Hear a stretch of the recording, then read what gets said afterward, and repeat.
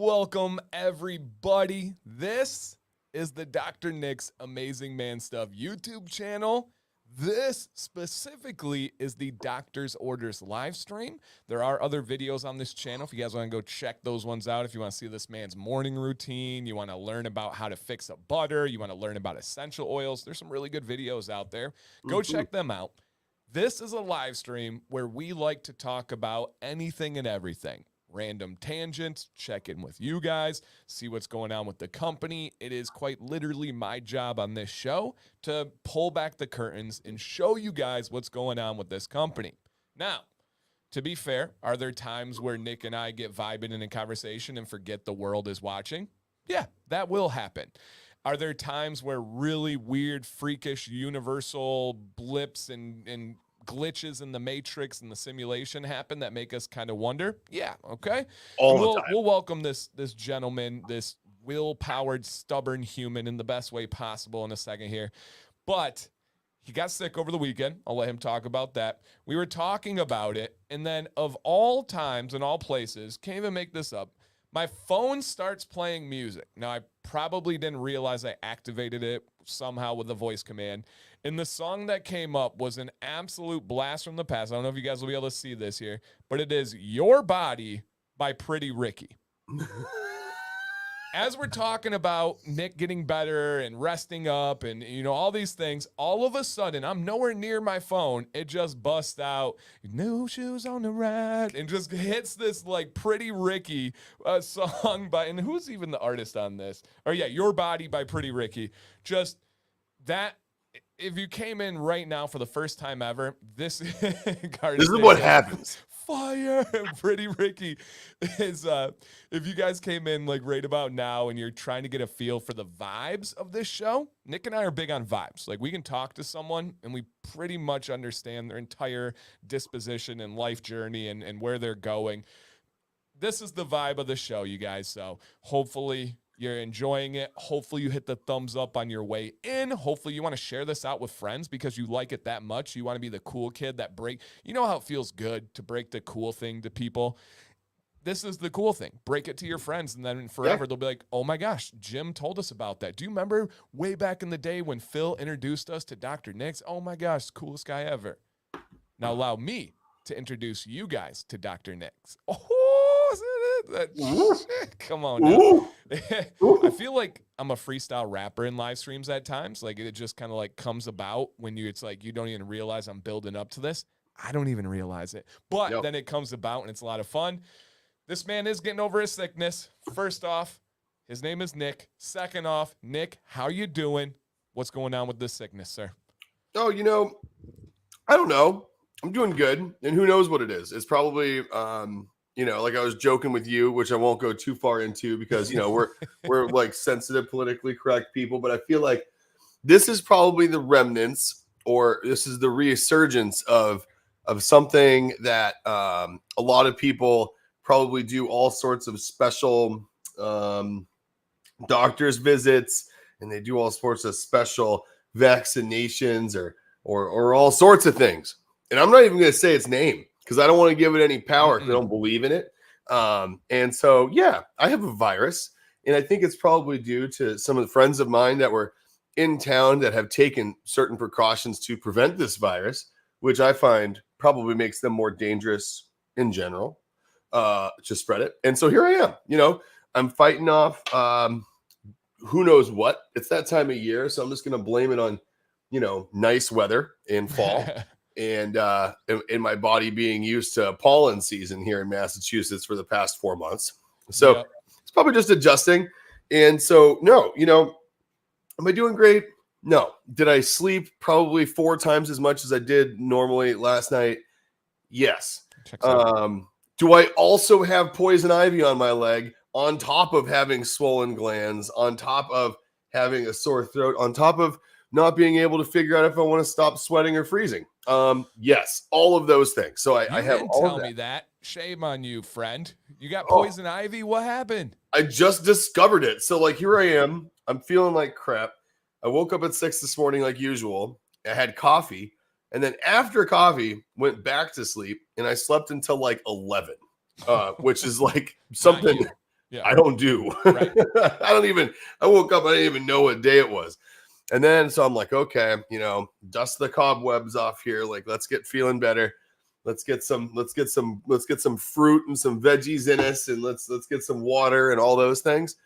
And then I'm in the shower, and sure enough, discover that my bottom of my leg and my ankle has poison ivy on it on like 4 different spots. Now, what were you and Dennis doing? Do we want to know? I mean, Dennis has it as well, and he kind of is your neighbor, essentially. Well, listen, what Dennis and I do rolling around in the bushes in my backyard is nobody's business. All right. Yeah. Dennis, I'd expect you to have a little more discretion. Oh, yeah. That one's in the private chat. Yeah, come on. You hit private chat. It's like Do you know how you got it though? Were you just wandering the woods, or what's going on? No, I was so yesterday. We'll talk about lawn care tools here in a minute, okay? I'm not going to get everybody distracted just yet, but I've continued my battery operated lawn tools journey, and I got a new one yesterday too. I got like a pole saw, which is awesome, like a long ass like 9-foot pole saw that can zip little limbs off of the trees, and so that's exciting. And the other one was one of those like it looks like a long like pair of like scissors that go like this back and forth. We talked about them last week a little. Yep. So I got one of those, and I'm clearing out the spot in my yard nice. that is prone to get poison ivy. But here's the thing. I wasn't in it. Like, I'm 4 feet away from it, right? Like, I'm 4 feet away. I got this thing on a pole, and I'm like going real careful, like slicing the top of everything off. I'm not even getting into the thick of where anything is that I know there's poison ivy. But I'm so allergic to it, I swear that I can look at it and I get it. So it's like, if I'm ever like, oop, that's poison ivy, immediately I'm like, oh, go bathe in Technu because you looked at it and now you're screwed. So, so I'm like, hot, cold, sweaty, shivering, swollen, throat hurts, poison ivy, just bring it. That's where I'm at. And you know what it is it's trying to like, something's just trying to get me from enjoying life. And little does it know that I don't really get to sleep much because I just don't, because I'm busy. So it makes me sick. And then I get to sleep and I'm like, ha ha, little do you know, you're making my day right now. You're making me sleepy so I can catch up on some much needed Z's. Yep. Here you go trying to get me, and you just did me a favor. Good job, virus. Try again next year. As a wise man once said, pretty Ricky, your body. You got to listen to your body. You got to understand. And there's times where Nick's body's going to say, you're going to sleep. And Nick's going to say, I will listen to you. You are correct. I'll do it. Yeah, I'll do it. That's fine. It's like, I need extra water. I need some extra protein and some blueberries. Like, hey, that's where I'm at. Yeah. And if you think about it, even related to our beards, there really is a level you get to with understanding your beard where you just simply listen to your beard. And what I mean by that is when people start out, everyone wants answers. We are an instant gratification, instant solution society now. I'm as guilty as anybody. Very, very, very much so. And when you want to learn about taking care of your beard, tell me when I should wash it. Tell me when I should condition. Tell me how I should apply oil, when I should apply oil, and which oil is appropriate for which situations. Right. At the start, I can give a baseline. I can give you right here, try this one, and then you'll adjust for your personal variables. When you hit the real level of beard mastery, you know your routine, but you know your beard and you listen to your beard. Example, you had a rough weekend where you were not drinking as much water, you were out getting wind whipped, and you had a lot of stuff going on. You realize, okay, I should go with a stripping wash followed by a good conditioner and then my best nourishing oil. And then I want to make sure I'm back consistent on my heat routine. And then I'm going to go and make sure I'm really getting all the tangles out. And then tonight I'm going with the Dr. Nick's beard butter because it has these butters I've never seen before and it's going to really bring my beard back. Then the next day you feel it out and you're like, oh, okay, I need a thin oil today, or you get to actually listen to your beard. Your body's no different, guys. When you're sick, listen to your body. If it's telling you you need to rest, Nick has as many meetings and as scheduled appointments as anybody on this planet. There's a time where he needs to say, no, I can't go to those ones this morning, and listen to your body. And it's amazing how quickly you get over things in that type of situation. It really is. It really is, man. It speeds up the process in such a crazy way. Like, Yep. it's not even like it speeds it up either. Like, it makes the process, I don't know, it makes it less impactful almost. Yeah. And I was listening to a podcast this weekend. It was very interesting. So I guess there is this, I want to say disease is the proper word. There's this disease. And actually, here, we have a segment today that I'm going to bring up a couple of things. What's in the news? Dun, dun, dun, dun. What's in the news? And our version. None of that negative. Oh, I love that. Yeah, keep that out of here. But what's in the news? One of them is there is a disease, and I can see if I can find something, for frogs and amphibians that is going crazy right now. I think it is called, ranaviral. Yeah, this disease for these frogs. And essentially what's happening is the population of amphibians are down like 60% worldwide. There's like 90 species that have gone extinct in the last like couple of years. Like there's Really? It's bad. It essentially weakens their body and we don't know what to do about it. Wow. However, we just had a breakthrough. There was this one area where this was decimating these like really rare and endangered frogs. So they were trying everything they could possibly come up with. The only solution that they have found is they have made this huge area of bricks and then they cut out holes in them and there's little PVC pipes that are inside of those holes. And essentially the frogs have figured out to go into these bricks that absorb all the sun in the rainforest, that have the PVC pipes so they're like protected from the bricks. They go in and it heats up as like a mini sauna for frogs. And with the elevated body temperature, it sped up their metabolism. And when they sped up their metabolism, they pushed this disease through their body faster, where if it went slower, it would kill them. Whoa. But pushing it through their system did it faster. They knew this intrinsically. They are doing this on their own. No one taught them this. They're getting better. Now, scientists are taking a leap, pun intended, from that. I didn't even know I was going to do that. That was brilliant. They're taking a leap and they're now associating it with human diseases and human viruses and illnesses. And they're having like this breakthrough. If we can find ways to healthy ways to speed up our metabolism, likely with increasing internal temperature, likely with red lights from saunas, infrareds, we think that a lot of these diseases and viruses can be processed in a much faster way, get out of our system before they can do more damage. It's pretty amazing. Dude, that's insane. Yeah. Yep. It's absolutely insane. Where'd you read this? Which like is this Amphibians Weekly, or is this like a mainstream news? It was an Andrew Huberman podcast.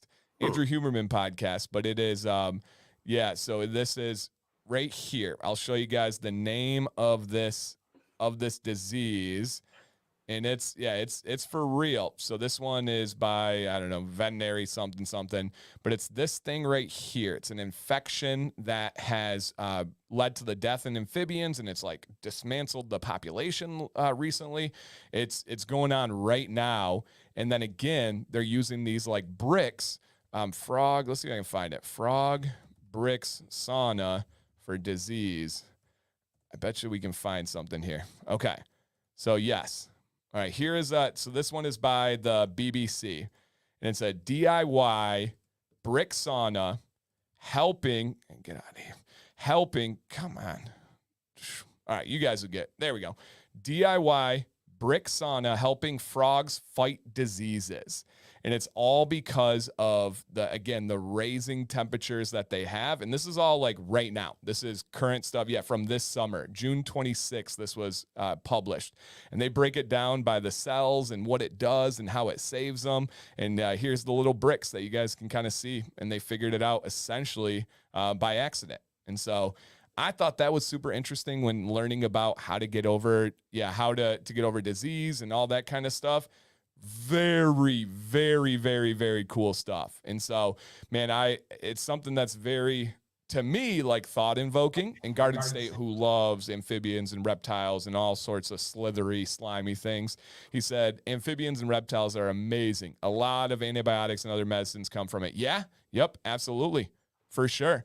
And so, Leo, no, you're right. Leo says, breakthrough. I thought we knew fevers are our body's response to infection. But where the real breakthrough is coming through, Leo, is the association with rising our body temperatures, specifically with metabolism.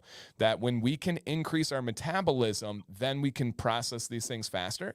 Now they're starting to wonder, are there other ways we can do this that is not just with elevating our temperature, not just with having a fever, right? Because there's a lot of inconveniences that can come with fevers. So they're trying to figure out, can we activate a faster metabolism to get rid of these things? And then look at that picture right there with the frogs on the bricks.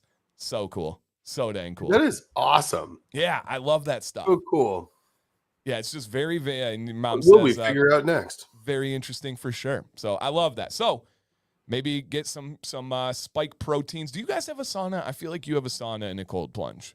No, we don't. No, I feel like you should. We probably should. The cold plunge terrifies me. I hate cold water. Oh, I really don't. I have so many friends that are into it, and now that people have caught on to the fact that I just don't like the idea of doing it, I get like photos of people doing it constantly.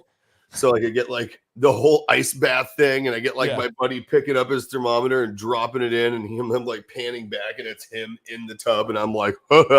I'll have to do that. Sam and I do cold plunge every day. So we don't have one, but our gym does. And Jill says she loves frogs. Jill, it is the #1 most hated thing on planet Earth for Sam C. She can't hear them. She can't see them. Don't mention them to her. Really? She hates them more than spiders, than snakes. So like the frog sounds like outside, she doesn't like those? It's like PTSD for her. Hates them. Absolutely. Really? Hey, number one way to mess with Sam is do not throw a frog on her. And it's like real. Like it's not like, oh, she's grossed out by frogs. She might have a heart attack. Like it's that bad for her. That is very interesting. I would never have guessed. It is. All right. And then she must have a mean big brother. No, only child. Yep. Ooh. No mean big brother's torturing her. I don't know where it is. She just doesn't like the sliminess, I guess. So, well, not all frogs are slimy. Yeah, that's true. Yeah, she doesn't like toads either. Yep, not a fan. My favorites are tree frogs. We get them on like our sliding glass door sometimes, with the sticky appendages. So those are pretty cool. Dude, Jill loves frogs, and like we have tons of them in our woods out back. So like this time of year, well, not this time of year, like springtime, as soon as it starts going from, winter, starts getting into spring, and we get like that first warm night, you get all those little peepers, you can start hearing them at night. You start hearing they're out in the little, the little marshes and stuff behind our house. They're awesome. You like to open the windows and just listen to them. Yeah, they're so loud. And you can hear them from like miles away. Oh, dude, they're loud. So if that was the case with Sam, she'd need like a white noise machine to drown out the sound of the frogs. For sure. See, she doesn't mind turtles. Turtles are okay. Oh, Jill loves turtles. She has a special box and gloves and everything in her car just for, saving turtles that are in the road. I try to count each year how many I save. I'm only at 2 this year. Yeah, but I'm proud of those 2. She does it, man. I love that. Okay, and guys and girls, we are going to check in with you. If you guys got life updates, if you got questions, please let us know. Today is just talking about things that are going on. And I've got another one, Nick, and what's in the news? And I'm not sure if you've heard of this or not. I just learned about it, but it is very, very, very interesting. So there is a new technology when it comes to tattoo ink. Okay. Have you heard about this breakthrough with tattoo ink technology and what they can do now? I'm not sure. Is it the one where it's I heard something about more painless tattooing where they're able to attract it in with light or something, but that's the only thing I've heard of recently. So it does involve light, but I don't know of anything about painlessness. But here is the news article here. They now have a magic ink that you can turn on, you can turn off. You can change color, you can make it breathe fire, and it's all about using certain lights to activate it. So you put the light over it, and you can see on the left, the dragon has no fire. They activate it in the middle where you see that light, and then now there is light showing. It will look like that until you use this special light device to change it back again. Oh, really? So it's not like a glow in the dark thing where you hit it and it glows. Nope, it is actually goes away and completely, and you can see the light that they have there, and it stays, and you turn it on and you turn it off. Whoa. Yes, mind-blowing. And so they're calling it Magic Ink, and the company's name that's making it, let's see if we can play this here. The company's name that's making it is called Bang Bang. And so, yeah, we'll come back to this and check it out, but it's pretty crazy. Like, look at that. Whoa. Pretty crazy. Hey, that's neat. Yep, and it's just with light. Just with light. So let's say you're in a professional setting, you don't feel as comfortable with it. This is the guy that developed it, and he's on like this tour right now of like going around and talking about it and going to all these places. Come on, Ed. Right. And it's, yeah, we'll see what if they show it in this video here, but could you imagine that? Right. How much it would cost? Yeah. So everyone that wants face tattoos, you can now go get them, and you don't have to always have them. Me, I've always wanted a neck tattoo. That's like one of my goals. And now you can have one without always having one. This is absolutely crazy, but it makes so much sense. All right, so look at right here. They're gonna show it, and you can hide layers. You can bring other layers out again. And it's not like you said, it's not like you put the light over it and you see it. It stays like that. So it seems to be that it's only red that seems to disappear and reappear. That might be the case right now, yeah. It's like he's got one color that does it. Yeah. And that way your really bad arm tattoo can have like another really bad part of a red arm tattoo like this lady. Look at that. It turns it on and off. You'd think they'd do a better example tattoo. I know. I think it's real early. And Julie, the word is that it stays gone as long as you need it to until you use that specific light to activate it again. Yeah, like if you go on vacation and you've and like you didn't activate it before you went, and then you forgot your light, like you're on vacation with no tattoo. Yep. Basically. Yeah, and there's nothing you can do about it unless you get that light, which is dialed in for the, I don't know what frequency, whatever the proper terminology is. That's pretty cool. Imagine what that's going to turn into, man. Like the early days of stuff like that, even when it works at all, is just so cool because like thinking about what it's going to turn into when they get it down is the cool part, you know? Yep. Check me at beta version 3 and then I'm in. Yeah. I like versions that have like something other than a 1 in front of the version number, preferably like a 2 dot and then like a 3. Like I'll do like a version 2.3. Yeah, absolutely. And I wondered this too, Chris. What if you went somewhere, turned it on by accident in the wrong kind of light? So it's very specific. It's this tool. It's, I think, borderline a laser. It's not, but it's something that's very specific. And I'm not using the right word, but it's the frequency, the tone, the something, and it lines up specifically, and it's got to be direct light. You saw it kind of pretty much putting it on the skin. Yeah. And he talked all about it, and it's, really, right. Gives a whole new level to tattooing somebody's name. Like, baby, I got you. I'm on this forever. And then I'm just never activating this one again. Never. Or if you're dating multiple people and it's like what date you're on, like, okay, yes, today is Cindy. Okay.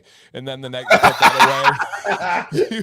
you go on your next date, Sarah, and you got a whole line. Fantastic. Like you have like this whole like wonderful like rose bush going up your arm.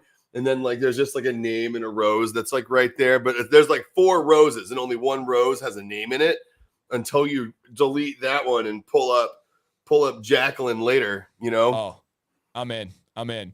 Or like my most like featured companies on like Command's Corner be like, all right, it's Dr. Nick's tonight, baby. Yeah, little do we know that Dan B actually has like 8 logos on his hands, you know? And when he comes in and sees us, he just pulls up the Dr. Nick's one real quick. There we go. Yes, so true. And Randy says, what neck tattoo would you get? So I don't have any specifics. I haven't thought about it deep enough like that, but I would love to get the side, the neck where it's the space between your beard line and then the space between where your head hair line would be, just that little strip right there. I would love to get something. I love that spot for tattoos. Oh, that's a good spot. Yeah, I think that would be I kind of fun. I bet that spot would feel terrible. It seems a little tendy, you know. Yeah, Seems like you might get some chicken tendies in there. Yeah, if you hit those spaghettis, Oh, man. oh yeah, like there's some spicy nuggets hiding under that ear right there. Yep, we call those spaghettis. You guys know when you're dehydrated, do you ever get the like jaw neck cramp? Oh yeah, yawn, and it's where like, it's like oh yeah, and it's like from here to here. You get stuck. You're like, and like you can press it, and you're like, yeah. Oh god, if I press it too hard, my head's gonna fall off. I'm sure if of it. I press it, it's gonna snap. It's like the most stretched out rubber band ever. I literally slap it. I'm like, go away, and your mouth gets stuck like this. Stop it. Oh, is this what's going on here? Yeah, I like drinking more water now, so I don't really have that as much because those are terrible. Yeah. Or as a swimmer, it's almost impossible to drink enough and eat enough to keep up with like the swimming calories and sweat and everything. You wake up, and kind of a calling card of a competitive swimmer is waking up in the middle of the night with a Charlie horse. The whole leg cramp where it's like your whole leg seizes up. Man, those are not fun. Not fun at all. That sounds terrible. Yeah. Yep. That'll happen like really bad from doing too much surfing or too much like snowboarding, or hell, for me even like too much electric skateboarding. Like if I do it too long, too hard, I might wake up in the middle of the night with like an immovable cramp in my leg. Oh yeah. Yeah, that is so true.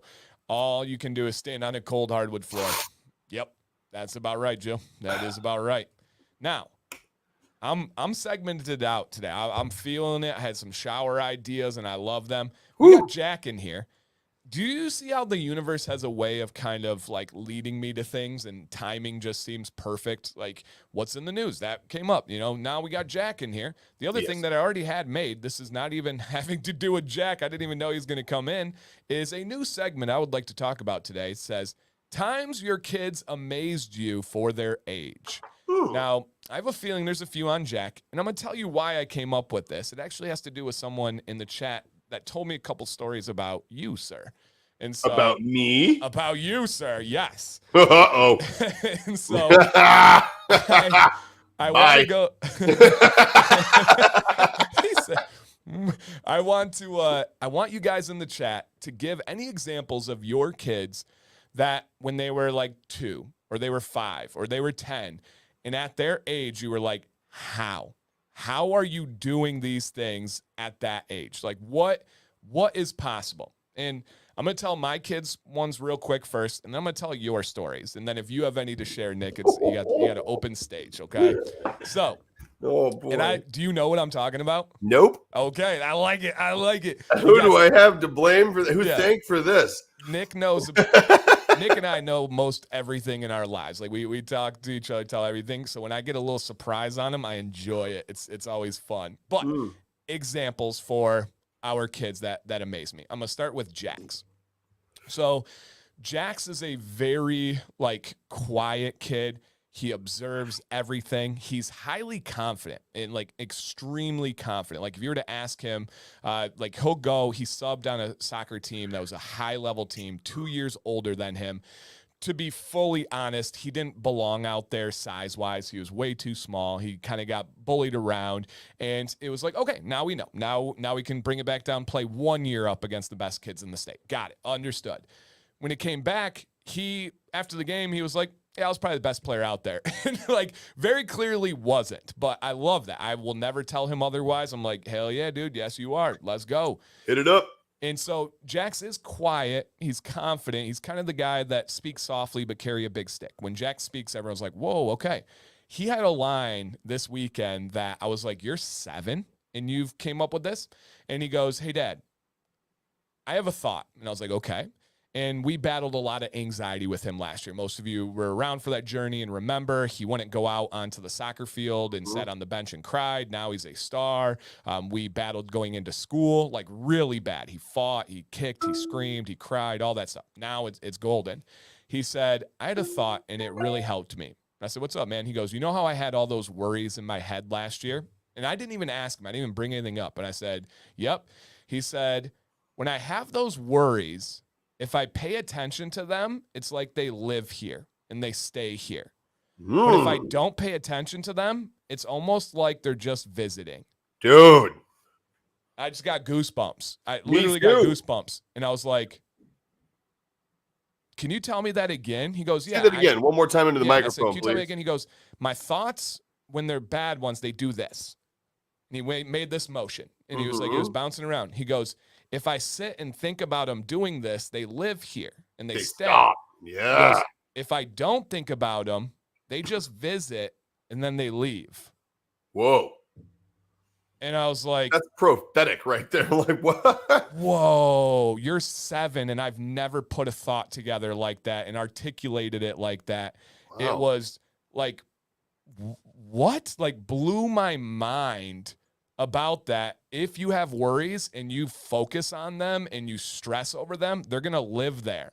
He almost just introduced like the theory of like Schrodinger's box into Schrodinger's cat, into the idea of thoughts. Yeah. Like that, like literally like the whole thing about like, well, if before something is observed and it has not been perceived by somebody, does it exist, right? Like if a tree falls in the woods, it's making noise, no one's there, right? If something's in a box and it's dangerous and you don't open the box, is it really in the box? If there's thoughts in your head, and unless you put them under a microscope and look at them and you give them a name and you give them a place, like, do they actually exist? Like in his mind, no, they don't.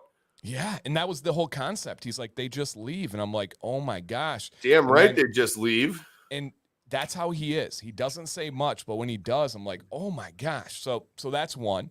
Wow. Another one would be Maddox. He's always talking. He's kind of like me, and so that's great.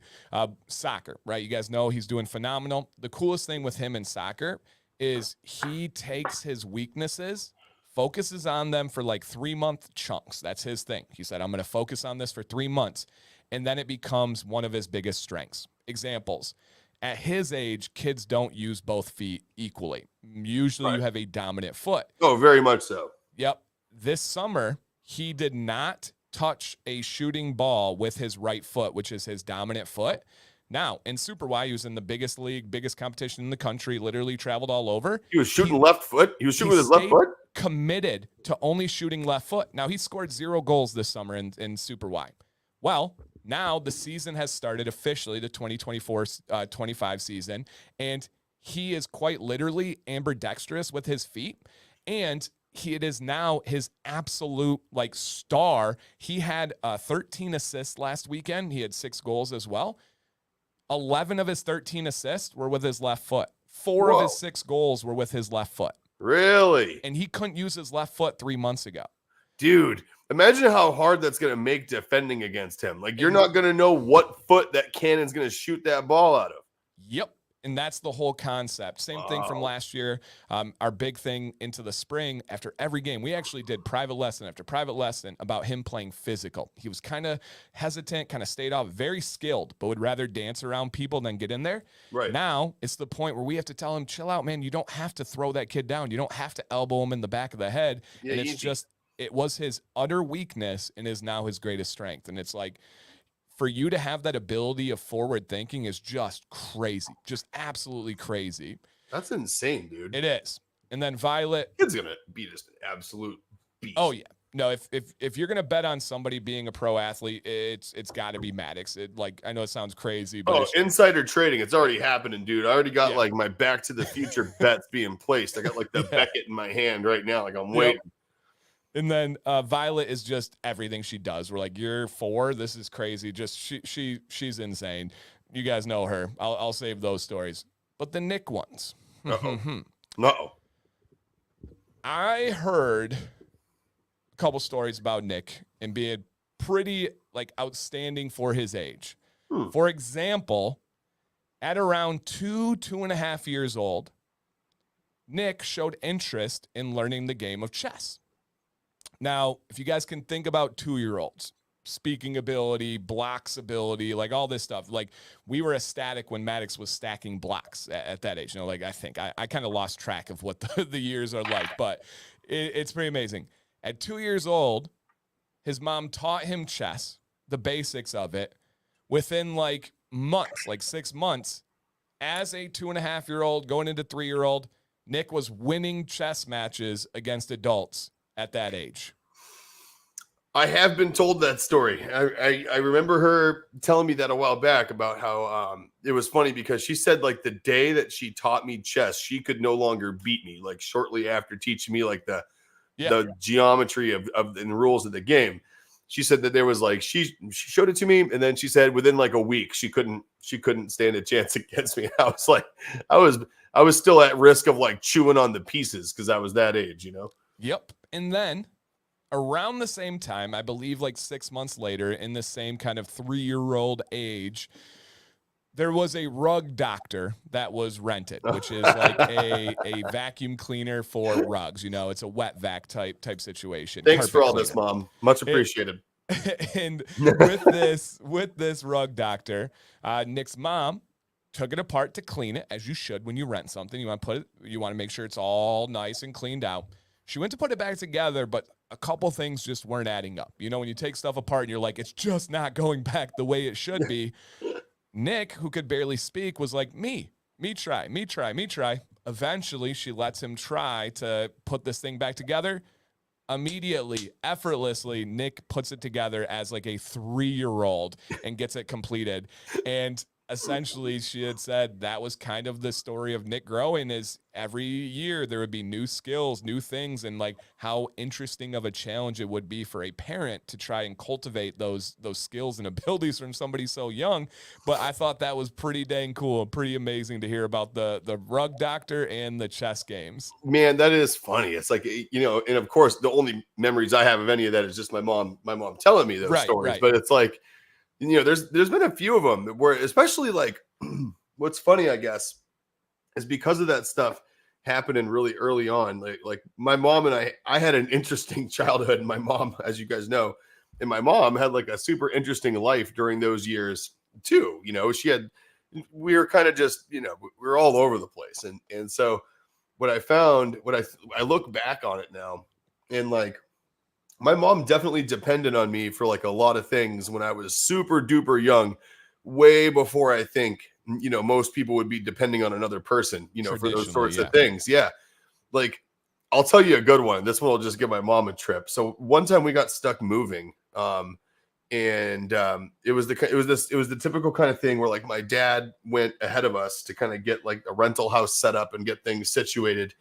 We were moving from Orlando to Frisco, Colorado, next to Breckenridge. Oh. And I was probably like 8, 9, I guess. It's kind of a little blurry. I don't really know the exact year, but I was young. And we were moving to Frisco. We had a 26-foot Hertz Penske moving truck. There you go. And we had a 86 Corvette on a car dolly behind this 26-foot truck.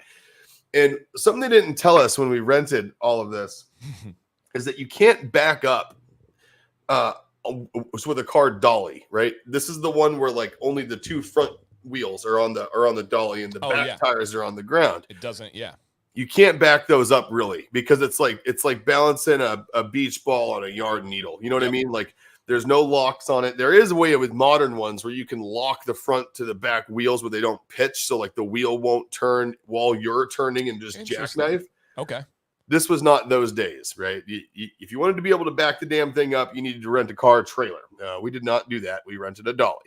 So next thing you know, right, we're sitting here and we had to go up this windy ass mountain road to Frisco. And all of a sudden we got caught like in a blizzard. And it was bad. Like we're going uphill, and it was to the point where certain spots were so steep and it was so bad outside that if you stopped, you would start sliding backwards a little bit on this road. Like, we're talking white line, this much space, guardrail, and then Rocky Mountain drop, so at one point we're going and she's driving white out. She can't see. And it's getting to the point where we need somewhere to pull over, but you just can't. Right. Right. And so we're going and I tell her, I'm like, I can stick my head out the window and tell you how far away from the white line you are. And when you start getting closer or you start getting too far away from it. And she's like, there's no way. I'm like, Mom, we can't stop. I'm like, you need to keep your foot on that gas pedal. And unless something really tells us to stop, we got to keep this thing moving. And she's like, okay. So I had like a folder and I'm like holding my head out the window and like blocking the snow with my folder out the passenger side. And I'm like, okay. Well, you're on the line. Left. I'm like, oh, you're far away. Right.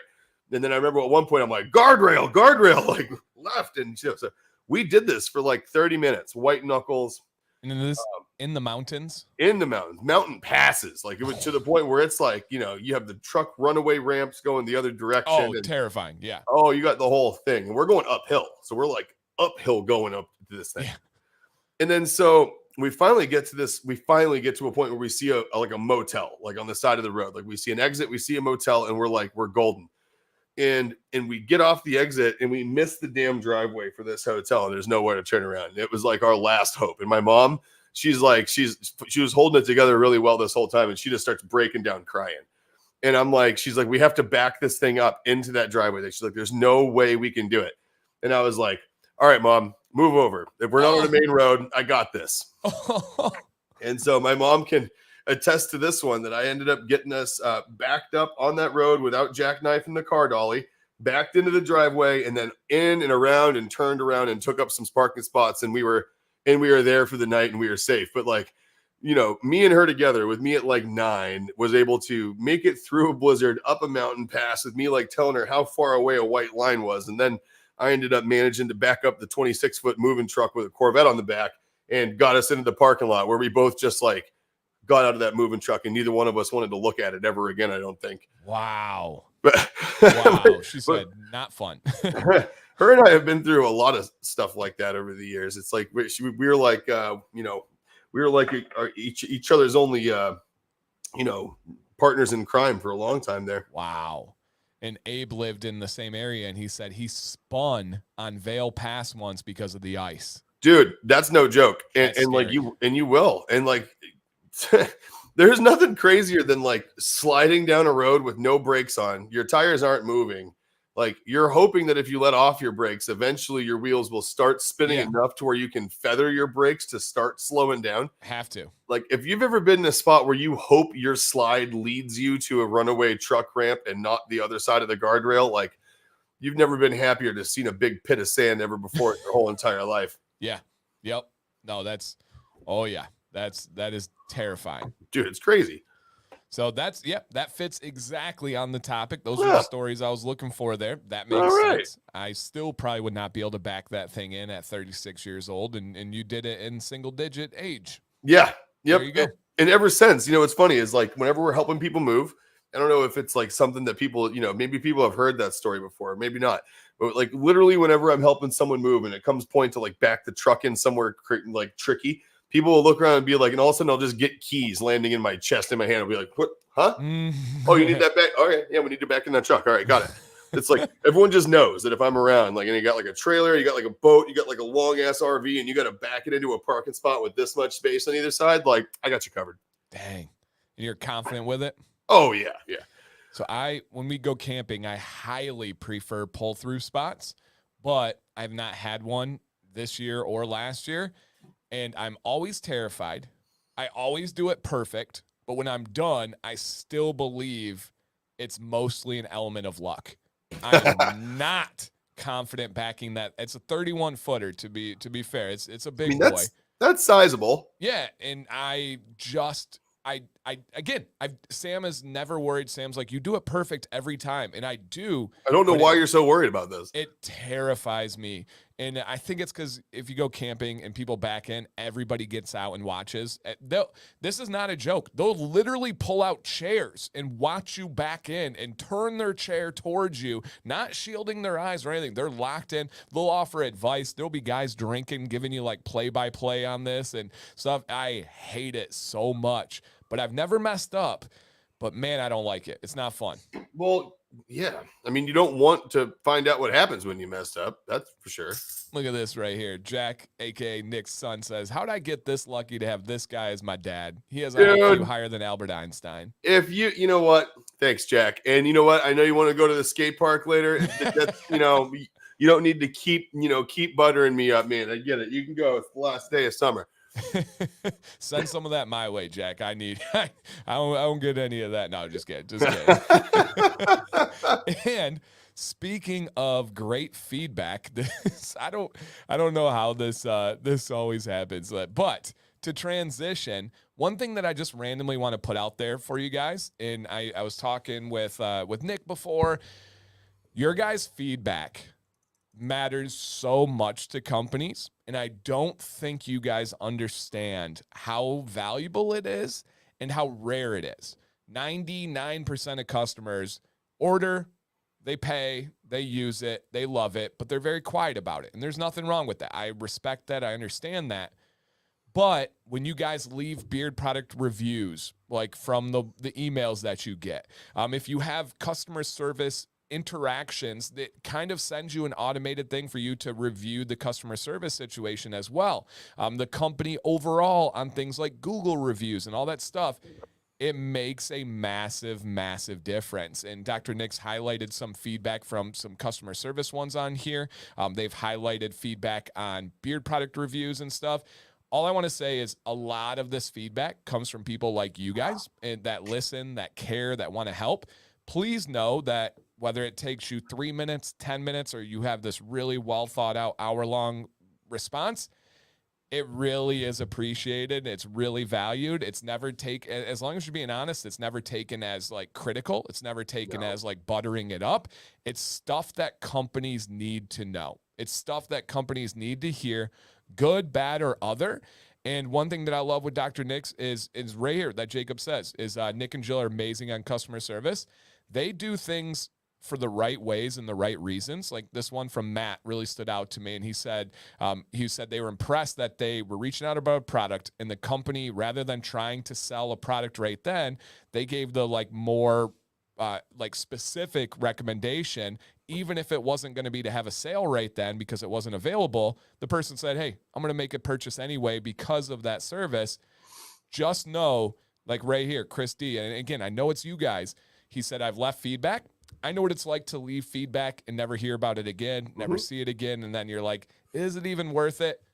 Please, people, talk to any business owners you know. Keep leaving that feedback, especially on good things, because we're so like genetically, we have this disposition to, I'm going to leave a bad review when you have a bad experience. But when you have a good one, it's almost like, yeah, that's what I expected. That's what it's supposed to be. Good job. You did it what you're supposed to do. Yeah, you did what you're supposed to do. Keep leaving those. Customer service, product reviews, Google reviews, online comment reviews on YouTube videos, on Instagram posts. You guys, it is noticed. It's beyond appreciated. And especially, I officially think we're out of the bearded summer. I'm seeing numbers tick up across the board. The cool weather's coming in across the board. I think we're into this new beard season. You're going to have just a plethora of new beardsmen that don't know anything about beard products, and they see this huge sea of beard products that are out there. How do they know which one to pick? It could be your feedback, your specific feedback that strikes a chord with them. Just food for thought to keep it on your mind, you guys. It really matters. And things like this, Phil says, this company goes out of their way for me, and I highly appreciate that for them. Let it be known. Always will, Phil. Yep. Let it be known. And Chris says, when you get it right, you get the feedback. Amazing is a descriptor, not just a clever name. Thank you, sir. That's what we're going for right there. We want to live up to that name. Like, we want to be amazing man stuff every time. Yeah. And what we want. If from an owner's perspective, because I am not an owner, Anything else to add on that? How much does that feedback matter to you? How much is it valuable? Just the lens, because again, I think it's one of those things that doesn't get talked about enough. And I just want to kind of have a quick little blip today as we were kind of in the realm, and then Jack gave you that feedback and stuff. It was just perfect timing. No, I mean, so first of all, Jack, saying something like that, right? Like knowing that your kid like feels lucky that like they have you as a dad because of like what you're able to teach them and the things you're able to do together. Like hearing that's like validation like crazy, but just like that's validation as a parent, right? I mean, you guys don't know what state a company is in when you're giving them that feedback either, I guess is the important part. Like everyone assumes that if the website's up and people are able to buy stuff, that things must be going just incredibly well. And you're like, Scrooge McDuck rolling around in your tower full of golden coins. It's so easy. So easy, must need a snorkel to find your way through all that money. And no, that's not always the case. And I will say that I can safely say, actually, because I know it's absolutely true in this case. I was going to be very general and talk about other companies, but I'll talk about us and have a humility moment. Without the feedback that you guys have given us over the years, there might not be a Dr. Nick's right now to give feedback to. Wow. And so just know that it wasn't crazy revenues that like rebooted Dr. Nick's. It wasn't insane amounts of growth when we started developing like this YouTube community and this audience that we now get to call family, which is you guys. So cool. It honestly, it wasn't those numbers, it wasn't the views, it wasn't the revenue, it wasn't anything else. Like there was still a time after doing all of that where we were trying to figure out if we could still make this thing work and we could still see it through and make it grow. And there were times where the answer was like an overly abundant, monetarily speaking, no, right?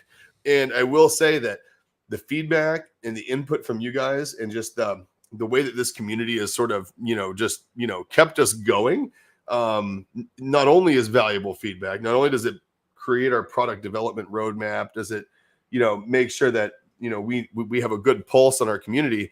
It's literally the reason why we're here. Yeah. Like without feedback at certain pivotal points in our history, I think, I'm not sure I wouldn't have folded. Right.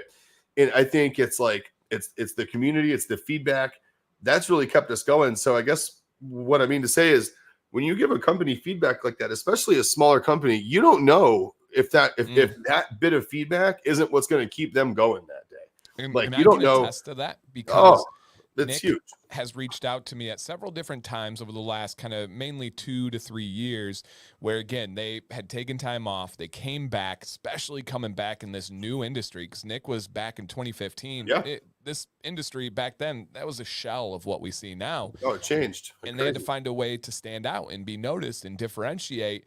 And he would come to me several times. I can specifically remember 2 or 3 times where he would show me some feedback and say, hey, numbers aren't there right now, but is this different? Where someone gave him feedback and he's like, I feel like there's some, he's like, I hear about positive things about all sorts of companies, beard industry and other. And a couple of times at the very right moments from you guys, somebody would leave a review that was so unique. It's not even that it was like praise. It's not even that it was like over the top positive and this is the best ever, my greatest thing. It was more so specific and different. And he was like, I feel like I'm crazy, but you have a good background of working with all sorts of companies. Yeah. Do you see what I'm seeing here? And I would tell him at times, again, that's the second time I'm saying it today, got goosebumps. And I'm like, yeah, dude, there's something here. There's something here. And that's kind of where you get that saying, experience the Dr. Nick's difference. Yeah. Again, it's not just a clever line. It's not just something. There's actually something to that. And for Nick to believe in that at a time that wasn't financially backing that up and proving that, to know it can go forward, that can only happen based on you guys giving feedback. That's only possible.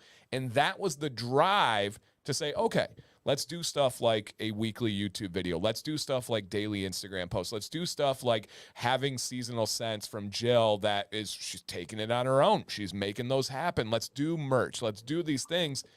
There were pivotal points where this company was not seeing the brightest future, And it was not sales. It was your feedback that really struck a chord with them. It was. And it's human nature, right? How many times have you guys had a bad beard day? A lady at the gas station says, that's the most glorious beard I've ever seen. Your day's turned around entirely. You are looking entirely different at your positive outlook. This is that same thing. So please, guys, this company, every company, beard, not bearded, when you have positive experiences, when you have a unique experience, let them know. Formally, informally. Formally is great because I will be honest, getting it down and things like those review systems are awesome, but let them know. It definitely is something that can make all the difference that you don't realize. Yeah, and you just don't. You don't realize. And if you do, that's awesome. But right, you might not realize the level of impact that you have on people, and it goes the same positively and negatively too. Yes. Right. That's why with great power comes great responsibility. Right. People think that a lot of times positive impact. Right. They think, well, no one's going to see this, but I mean, I'll shoot it over. And then little did you know you made someone's day. But then again, you think about the negative side of the feedback. Once in a while, people feel like, well, whatever. No one's going to read this. It's going to make me feel better. And if they do read it, whatever. They had it coming. Yep. And that's a pretty natural way to feel about things too. There's nothing exactly wrong with it, right? I mean, it's just the way we are. And so if you look at that, like, might want to make you think twice, right? Because there's been times where we've got negative feedback for whatever reason. And granted, typically 99 out of 10 times I'm in the state of mind where I'm like, I want to figure out what this negative feedback was about and turn it around and make them feel something positive. And it's about 100% success rate. I will say actually 9 out of 10 times, I think that 10 out of 10 times that I do that, it works. Yep. I haven't had yet someone that I wasn't able to understand and talk with enough to be able to figure out what was wrong, how to make it right, and for them to give us another chance. Yep. Because I genuinely feel like unless something goes wrong, you're not going to have a bad experience. Like unless you were trying to buy our beard oil to run your lawnmower, like you're not going to have a bad experience with our beard oil. Sure. You try to use it as 2-stroke oil, you're going to have a bad time, but that's not what it's made for. Right. So it's like, I know for a fact that unless something technically or logistically goes wrong, you're going to have a good experience. And if that's what you set out to have, right. Of course, for sure. But there's not been any time where I've done that. It hasn't worked. Right. It's all about that approach. And rather than going in and being like, I want to prove that they're wrong. I know that they're lying. I know that there's an exaggeration. It's just about how you approach it in your mindset. And you're right. I mean, it makes all the difference in the world. And if you guys forget that mindset, try to surround yourself with people that can help remind you. And because it is, I mean, especially if you're an owner and it's your baby and you put so much into this, it can be a gut shot sometimes when you get constructive criticism and you get negative feedback. As long as you can shelf that, approach it in the way Nick's talking about, same. It's just as valuable, if not more. Oh yeah. It just makes all the difference in the world. And again, it's like the power of just kind of, again, knowing the power of your words, man. I mean, it could make or break someone's day, and you got to really ask yourself what you're trying to do sometimes too. Yeah. And Donald brings up kind of a good, like, puzzling question, but it goes with what we're talking about here. And he says, do you think the average beardsman will ever get quality products to use if the only option they see is poor quality options in stores, which unfortunately is becoming more and more true, not the other way, which it should be. Yeah. So it's cross-prohibited for small batches or quality comp. That's where feedback is even more important. Where if you see, let's say they do a Google search and you see these silicone-based huge companies that we know are garbage, and then you see the small batch, why would I pay more? Why would I wait for shipping on these ones? The feedback has to come from the consumer. It can't come from the company, because those crappy companies are not, now you guys, those crappy companies over here, the ones on the shelves, they're going to say all the same things. Great for your beard, quality stuff. You got to be able to give that unique feedback where people are like, oh, I understand there is a difference here, and then likely relate it to another industry like craft beer or something like that. Sure. Well, okay. So to solidify what you just said, I had some friends, like I said, over this weekend, not going to mention whether or not, they're the reason I'm sick or not. That's fine. he asked me a funny question. He was looking at Dr. Nick's, and he's a business partner of mine in a couple of areas, not with Dr. Nick's, but a few others. And he's like, so what is it with Dr. Nick's, man? He's like, you run a bunch of stuff. You pour yourself into the things you do the same way. He's like, what's the difference with Dr. Nick's? He's like, it feels like this, like, he said, it feels like a club. Like everyone that kind of, he's like, he didn't say cult. He didn't say anything like that. He's like, it feels like a club. It feels like a community of just like everyone knows each other. Like, how did this happen?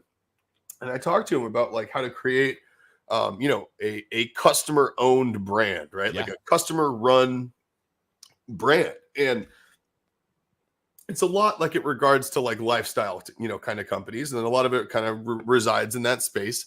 And he's like, so what's like what's one of the, he's like, I know you can't just like tell me how to embody a lifestyle company. Right.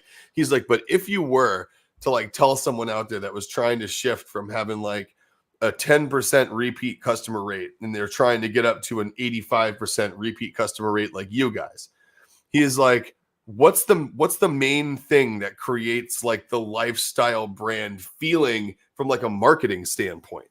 And I'm like, oh, real easy. You never write another word of marketing verbiage ever again. Never, ever, ever. And he's like, huh? What do you? He's like, you guys put stuff out there all the time. He's like, you guys have stuff that you put out there on, on Instagram, on YouTube, and all of this. I'm like, right, but we don't.